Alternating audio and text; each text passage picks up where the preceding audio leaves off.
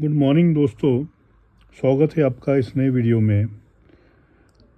भारत के महाराष्ट्र राज्य में स्थित एक ऐतिहासिक महानगर है छत्रपति संभाजी नगर। ये जिले का मुख्यालय भी है और मराठवाड़ा क्षेत्र का सबसे बड़ा नगर है। ये एक महत्वपूर्ण पर्यटक केंद्र है। इस जिले में पर्यटन स्थल जैसे कि अजंता गुफाएं और एलोरा गुफाएं है, जहाँ 200 ईसा पूर्व से लेकर 650 ईसा पूर्व तक हिंदू बौद्ध कलाकृतियाँ के गुफाएं वेरुलेनी नाम के स्थान पर स्थित है, जिसे जैन मंदिर, कैलाश मंदिर और बौद्ध विहार भी कहा जाता है। यह यूनेस्को विश्व धरोहर स्थल है। इस क्षेत्र का इतिहास, जिसमें औरंगाबाद यानी कि छत्रपति संभाजी नगर स्थित है, उस सातवाहन काल तक वापस खोजा जा सकता है। इस इलाके का उल्लेख राजा विक्रमादित्य के शासन के दौरान भी मिलता है। सातवाहन काल में खाम नदी के किनारे अनेक छोटे बड़े गांव थे। उनमें से एक खड़की को आज का संभाजी नगर माना जाता है। 7वीं सदी में इस गांव के उत्तर में बौद्ध गुफाएं और विहारों की खुदाई की गई थी। बाद में इस शताब्दी में इस गांव का उल्लेख राजसलग और राज तागड़ के रूप में भी मिलता है। 14वीं शताब्दी तक इस क्षेत्र पर देवगिरी के महान हिंदू सम्राट के साम्राज्य राजा कृष्णदेव राय के राजवंश यादव का शासन था। उस दौरान यहाँ काफ़ी समृद्धि थी। देवगिरी इस क्षेत्र का स्वर्ण युग था। मध्यकाल में औरंगाबाद भारत में अपना महत्वपूर्ण स्थान रखता था। मुगल शासक औरंगजेब ने अपने जीवन का उत्तरार्ध यही व्यतीत किया था और यही उसकी मौत हुई थी। औरंगजेब की पत्नी राबिया दुर्रानी का मकबरा भी यही है। इस मकबरे का निर्माण ताजमहल की प्रेरणा से किया गया था, इसलिए उसे पश्चिम का ताजमहल भी कहा जाता है। बीवी का मकबरा, इस सुंदर इमारत को स्थानीय लोग ताजमहल का जुड़वा रूप मानते हैं, लेकिन बाहर के लोग इसे ताजमहल की फूहड़ नकल मानते हैं। इसे आजम शाह ने राबिया दुर्रानी की याद में बनवाया था। इस इमारत में अभी भी पूर्णतः सुरक्षित स्वास्थ्य में है। इस शहर में एक और भवन है जिसे सुनहरी महल कहा जाता है। प्रवेश शुल्क भारतीयों के लिए 15 रुपये तथा विदेशी पर्यटकों के लिए 100 रुपये। इसका समय है सुबह 8 बजे से शाम 6 बजे तक। पंचक्की, इस पंचक्की का निर्माण मलिक अंबर ने कराया था। इस पंचक्की में पानी 6 किलोमीटर की दूरी से मिट्टी के पाइप से आता है। इसे चैम्बर में लोहे का पंखा घूमता है। इसमें ऊर्जा उत्पादन होती है। इस ऊर्जा का उपयोग आटा के मिल को चलाने के लिए किया जाता है। इस मिल में तीर्थयात्रियों के लिए अनाज पीसा जाता था। इसीलिए इस स्थान पर कुंभ नदी के बाएं तट पर बाबा शाह मुसाफिर का मज़ार है।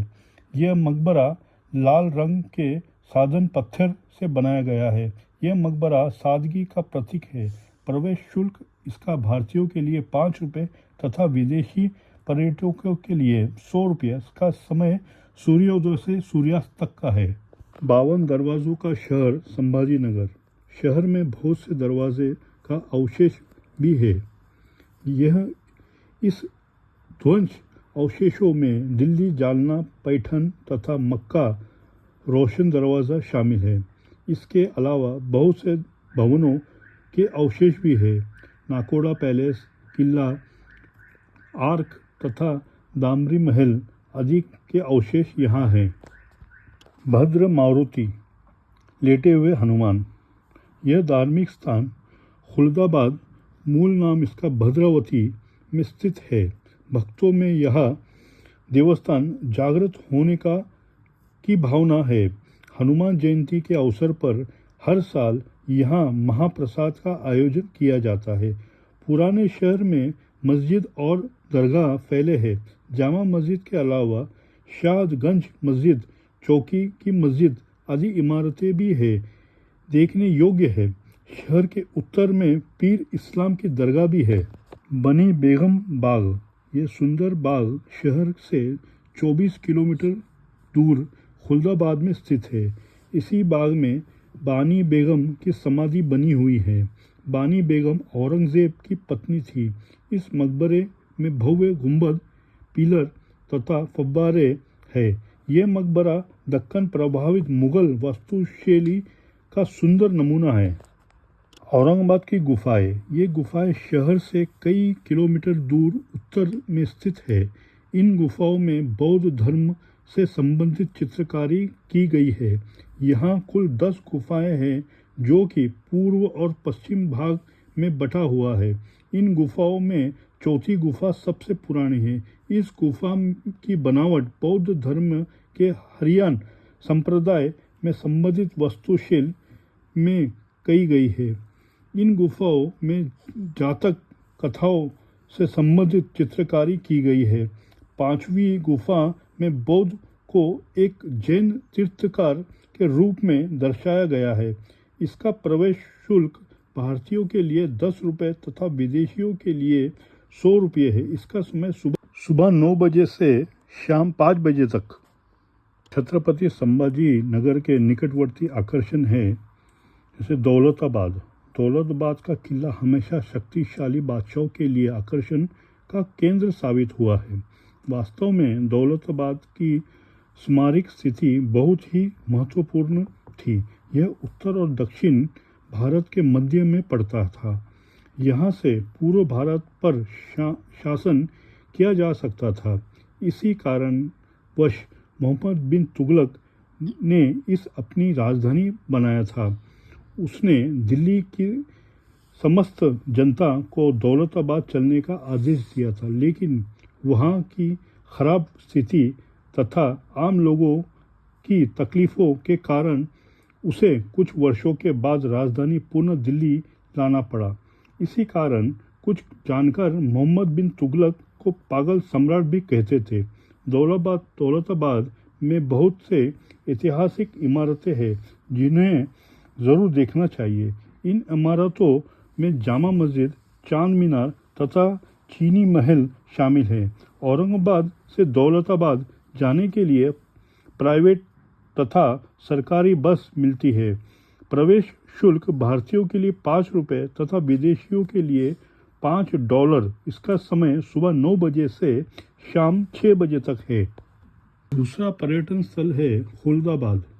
मुगल शासक औरंगजेब ने खुलदाबाद के बाहरी छोर में स्थित राउजा में खुद को गाड़ने की इच्छा व्यक्त की थी। यहाँ स्थित औरंगजेब का मूल मकबरा बहुत सादगी के साथ बनाया गया था। इस मकबरे का निर्माण औरंगजेब के खुद के कमाए पैसों से हुआ था।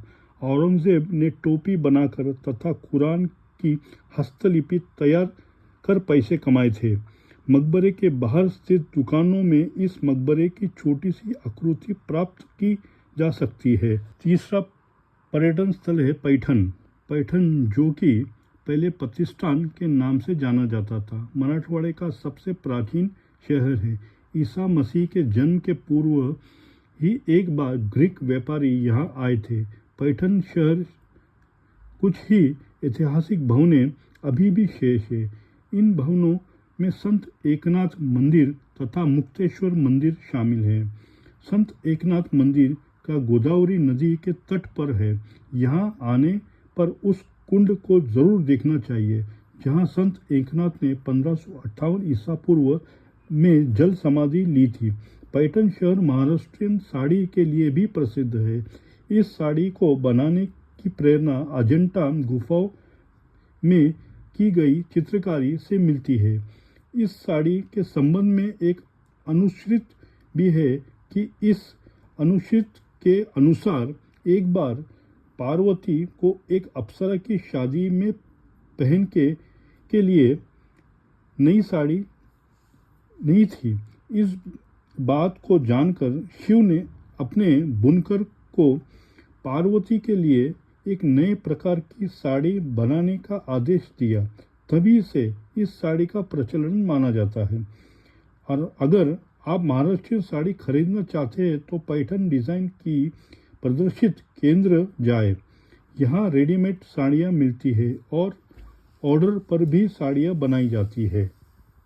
और एक पर्यटन स्थल है अजंता तथा एलोरा गुफाएं। अजंता गुफा की खोज जॉन स्मिथ ने 19वीं शताब्दी में की थी। ये गुफाएं चारकोलित पत्थरों की बनी हुई हैं। इन गुफाओं में बौद्ध धर्म से संबंधित चित्रकारी की गई है। ये चित्र अभी सुरक्षित व्यवस्था में है। एक चित्र में मरणासन राजकुमारी को चित्रित किया गया था। एक अन्य चित्र में लोगों को बौद्ध से दीक्षा लेते हुए दिखाया गया है। कुछ चित्रों में आम लोगों को भी दिखाया गया है। इन चित्रों को देखने से उस समय के समाज और समझने में भी मदद मिलती है। अजंता के सामने एलोरा वेरुल की गुफाएं भी महत्वपूर्ण है, लेकिन इन गुफाओं में बौद्ध धर्म से संबंधित चित्रकारी नहीं मिलती। इन गुफाओं में मुख्यतः हिंदू धर्म से संबंधित चित्रकारी की गई है। यहाँ रामायण और महाभारत से संबंधित चित्र मिलते हैं। एलोरा का संबंध छत्रपति शिवाजी महाराज से भी है। यह छत्रपति शिवाजी महाराज के पैतृक स्थल है। छत्रपति शिवाजी महाराज के दाजी मौलाजी भोसले वेरुल गांव में रहते थे। महाराष्ट्र पर्यटन विकास निगम प्रतिवर्ष मार्च महीने में तीसरे सप्ताह में नृत्य और संगीत से संबंधित एक उत्सव का आयोजन यहाँ करता है। 8वां पर्यटन स्थल है लोनार झील। माना जाता है कि 50 वर्ष पहले आकाश से एक 20 टन का एक उल्कापिंड गिरने से यह एक विशाल गड्ढा निर्माण हुआ था। आज यह जगह एक झील के रूप में ले चुकी है। इस क्षेत्र को स्थानीय लोग लोनार देवी का क्षेत्र मानते हैं। स्थानीय लोग लोनार देवी की उपासना करते हैं। यहाँ पर कई अन्य मंदिर भी हैं, जिनमें से गणपति, नरसिम्हा तथा रेणुका मंदिर शामिल हैं। गायमुख तथा दैत्य सुदान मंदिर लगभग नष्ट हो गया है, लेकिन इन मंदिरों में भी पूजा की जाती है। अगर आप यहाँ आए तो इन मंदिरों को जरूर देखें। इस झील के कई रहस्यमय सवालों का उत्तर खोजा जाना बाकी है। उदाहरण स्वरूप, कोई नहीं जानता कि बुल्ढाना के सूखाग्रस्त होने के बावजूद इस झील में कैसे सालों भर पानी रहता है। माना जाता है किसी स्रोतों से इस झील में पानी आता है, लेकिन उस स्रोतों का अभी तक पता नहीं लग पाया है। इससे बड़ी आश्चर्य यह है कि इस झील का पानी का पीएच मान कर एक समान नहीं बल्कि विभिन्न है। अगर आपको विश्वास नहीं है तो आप इसे लिटमस पेपर के माध्यम से चेक कर सकते हैं। इस झील के बारे में एक अनुश्रुति भी प्रचलित है कि इस अनुश्रुति के अनुसार इस झील की प्रसिद्धि को सुनकर अकबर ने इस झील के हरे पानी से साबुन बनाने का निर्देश दिया था, जिससे वह स्नान करता था। हालांकि संभाजी नगर में तमाम पकवानों के कई किस्से जुड़े हैं, जिसका अपना अलग ही इतिहास रहा है, लेकिन आज हम आपको नान खलिया के स्वाद से जुड़े अमेजिंग फैक्ट्स के बारे में बता रहे हैं, जिसका स्वाद आपके लिए लाभदायक साबित हो सकता है। नान खलिया संभाजी नगर और महाराष्ट्रियन सबसे फेमस डिश है। यह डिश मटन और अलग अलग मसालों से तैयार किया जाता है। इस डिश के नान तंदूर में तैयार किए जाते हैं, जबकि खलिया मटन के बने सालन को कहते हैं। इन दोनों का कॉम्बिनेशन न सिर्फ इस डिश को खास बनाता है बल्कि टेस्टी भी बनाता है। दोस्तों, वीडियो अच्छा लगा हो तो कमेंट में ज़रूर बताइए। अगर पसंद आया है तो लाइक शेयर करिए। अगर और देखना चाहते हैं वीडियो आप तो सब्सक्राइब ज़रूर करिए। मिलते हैं अगली वीडियो में, तब तक के लिए अपना ख्याल रखिए कि जय हिंद।